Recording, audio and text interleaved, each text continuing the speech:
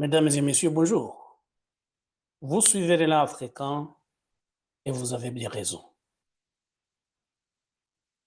Les relations entre l'Algérie et son voisin du sud, le Mali, restent tendues, très tendues. Et le regain de tension ces derniers temps a été causé par un geste fort de l'Algérie qui a abattu un drone de l'armée malienne. C'était dans la nuit du 31 mars au 1er avril 2025, dans la région de Kidal, dans le nord du Mali.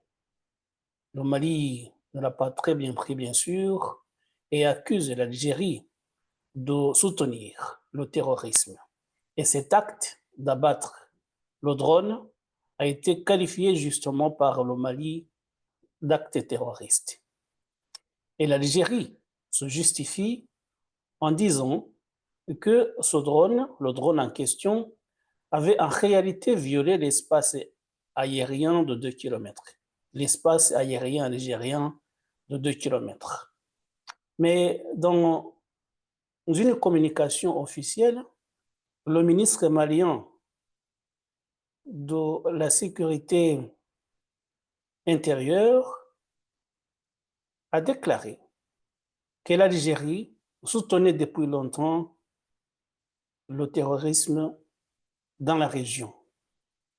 Ce que le gouvernement malien qualifie de terrorisme, de terroristes, c'est au fait les rebelles qui sont aux prises avec l'armée malienne. Et ces rebelles, selon Bamako, sont soutenus par le gouvernement algérien. Et le ministre de la Sécurité et de la Protection civile du Mali a employé des mots très forts en désignant l'Algérie comme soutien du terrorisme. Quelques heures après l'incident, le gouvernement de la transition a pris connaissance par voie de presse d'un communiqué du ministère de la Défense algérienne revendiquant la destruction d'un drone qui aurait survolé l'espace aérien de l'Algérie sur 2 km. Afin d'approfondir les enquêtes, les autorités maliennes ont demandé aux autorités algériennes de leur fournir des éléments probants étayant la violation de leur espace par un drone de reconnaissance malien. Depuis 72 heures, aucune suite satisfaisante n'a été réservée à la demande malienne. Le gouvernement de la transition conclut avec certitude absolue que le drone des forces armées de sécurité maliennes a été détruit suite à une action hostile préméditée du régime algérien. Cet agissement prouve, si besoin en était, que le régime algérien parraine le terrorisme international.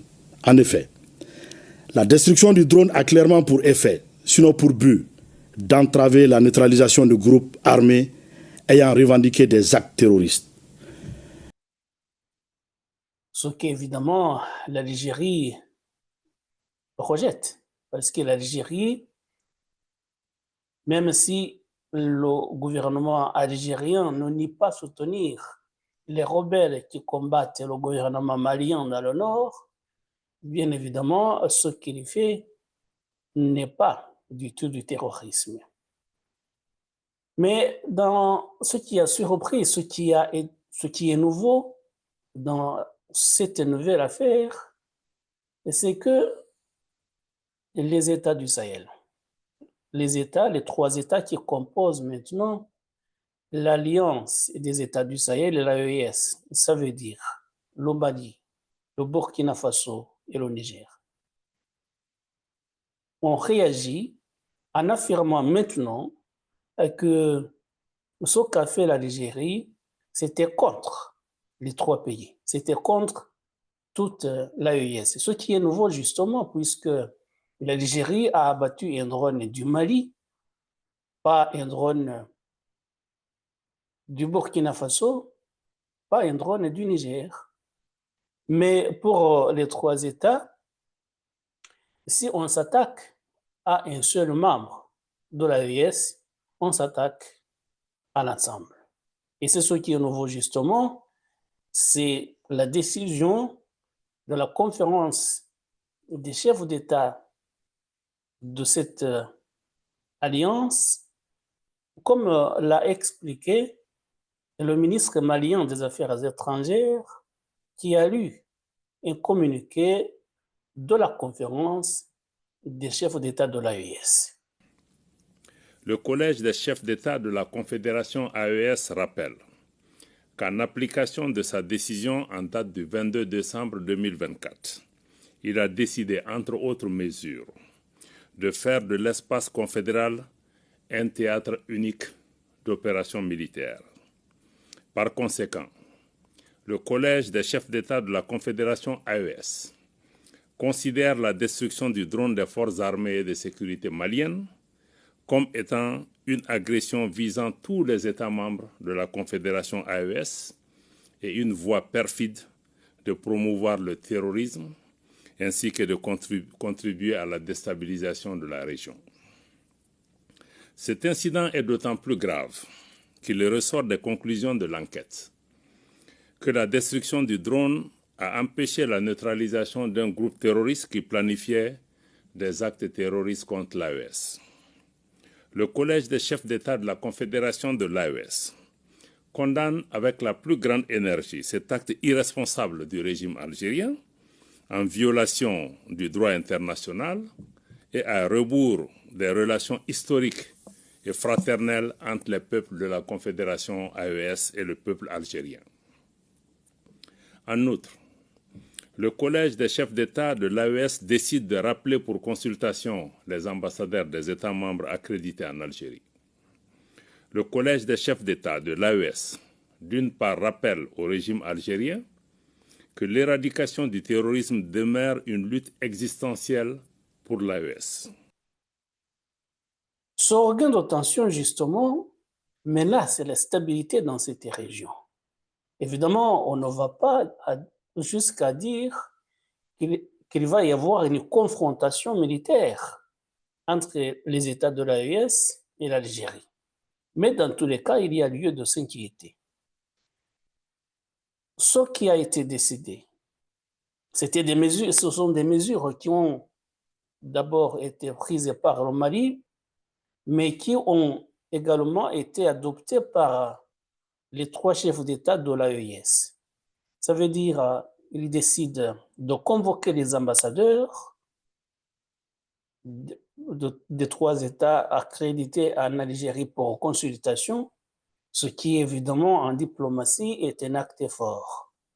Deuxièmement, ils se retirent de la commission de la région, de la commission régionale chargée d'étudier comment ramener la paix dans la région. Et en troisième lieu, décision maintenant, je pense, du Mali seulement, c'est de saisir les instances internationales. Ça veut dire que le Mali va porter plainte contre l'Algérie. Le gouvernement de la transition décide de 1. Convoquer l'ambassadeur algérien pour protester contre l'hostilité du régime algérien. 2. Se retirer avec effet immédiat du comité d'état-major conjoint CEMOC. 3. Porter plainte devant des instances internationales contre le régime algérien pour acte d'agression. En réaction, l'Algérie a aussi convoqué ses ambassadeurs dans les trois pays pour consultation. C'est de la réciprocité, c'est normal. Mais ce qui est évident, c'est que les relations entre maintenant Algérie et Bamako, entre Alger et Bamako, au lieu de se normaliser, se tendent encore davantage avec ce nouveau regain de tension. Et ce n'est pas rassurant pour les populations de ces régions-là. Ça veut dire qu'il n'y a pas d'effort visible pour ramener la paix dans cette région. Que ce soit Bamako, que ce soit Alger, il devrait y avoir des efforts visant à s'asseoir autour d'une table de négociation afin de voir comment trouver un terrain d'entente afin de préserver la paix, non seulement entre les deux pays, mais aussi dans toutes ces régions du Sahel. Quoi qu'il en soit, le fait de s'associer, je vais parler de 3 États du Sahel, le fait de se mettre ensemble,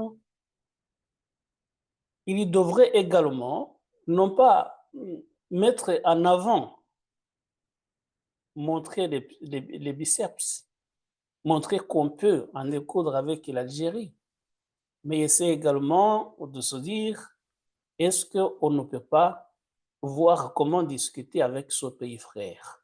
Puisque, qu'on le veuille ou non, ces voisins-là sont appelés à vivre ensemble. Il y a évidemment la rébellion, les rébellions d'ailleurs, puisqu'il n'y a plus d'une dans cette région qui envenime la situation, mais dans tous les cas, il ne faut pas fermer la porte des négociations.